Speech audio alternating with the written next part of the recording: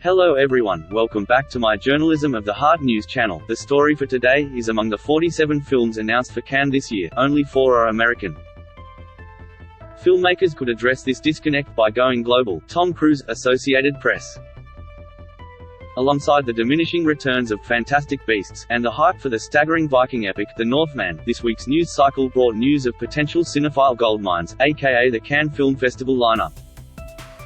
Already it looks like a vintage year, with new movies from David Cronenberg, Claire Denis, Christian Mungiu, and Park Chan-wook.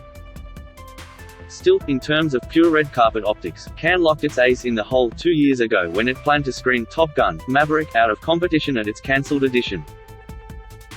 At long last, Tom Cruise will walk the red carpet of the Lumiere Theatre for the first time since 1992, when he appeared for Ron Howard's Far and Away. The Cannes launch, which follows a world premiere at CinemaCon, means even people for whom the pronunciation of Cannes is as mysterious as its program will catch a whiff of the media excitement around May 18th. Cruise's Cannes presence should project confidence about the future of movies, but American films remain a Cannes anomaly. While Cannes chief Thierry Frémaux and his team continue to assemble the program, and hey, maybe even a few more women directors, the 47 titles to date don't have much to say about U.S. cinema. The 4 from this country are Warner Bros. Elvis Baz Luhrmann's Australian production of an American icon's biopic, Kelly Reichardt's Showing Up, A24, James Gray's Armageddon Time, Focus, and Beast, the directorial debut of Riley Keough and Gina Gamble set on the Pine Ridge Reservation. That's business as usual at Cannes, which favours European auteurs new and old. But if Cannes is a portal to the greatest cinema of the moment, a goal worth fighting for, its selections beg the question of what it would take for more American movies to gain the festival's recognition. Part of this has to do with nature of America, where state money doesn't drive filmmaking and few American directors parlay early career success into delivering multiple masterpieces. The Safdie brothers and Ari Aster aren't rare birds in a sea of mediocrity. American directors whose careers take off are more likely to work on pre-existing IP or on TV. They might create strong work and make a good living, but this process doesn't prioritize singular artistry. My recommendation: American directors should start thinking like Europeans. Make movies there, or in other parts of the world, with government incentives. This is not a radical proposition. Studios do it all the time to take advantage of tax credits and scenic backdrops.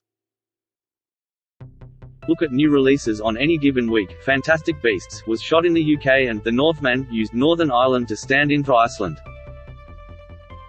At the other edge of the budgetary spectrum, few American movies take advantage of Europe's advanced co-production markets.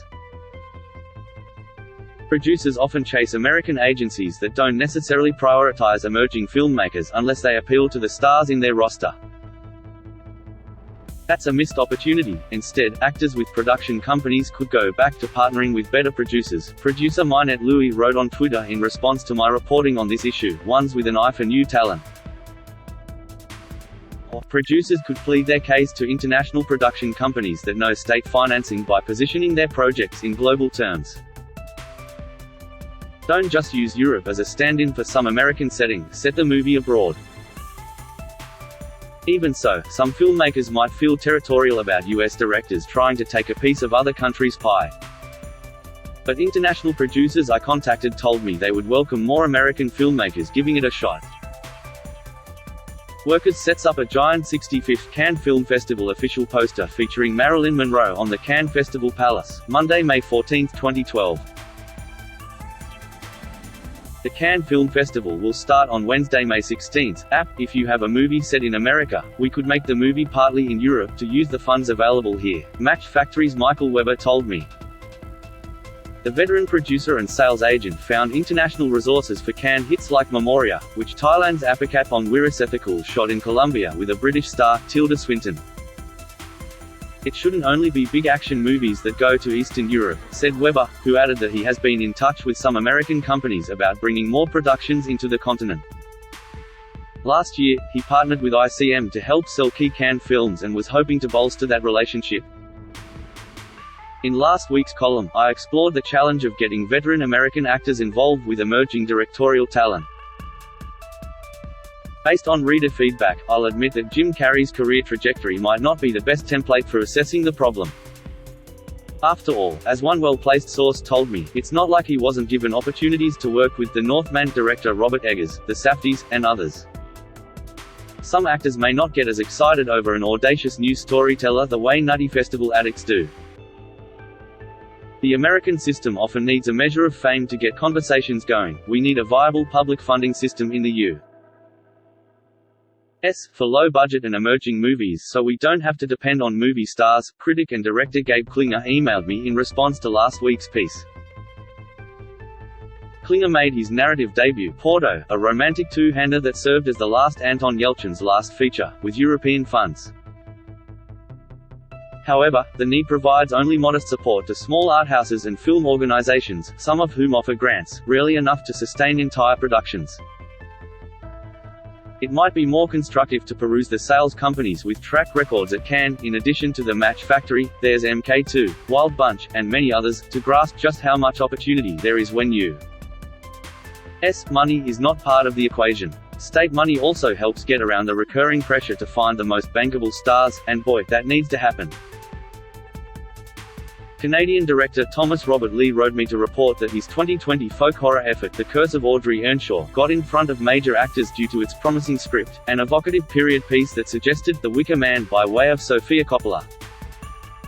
However, he said, financiers and sales agents balked at the cast he wanted. They would routinely make suggestions based on how many Instagram followers an actor had, he said.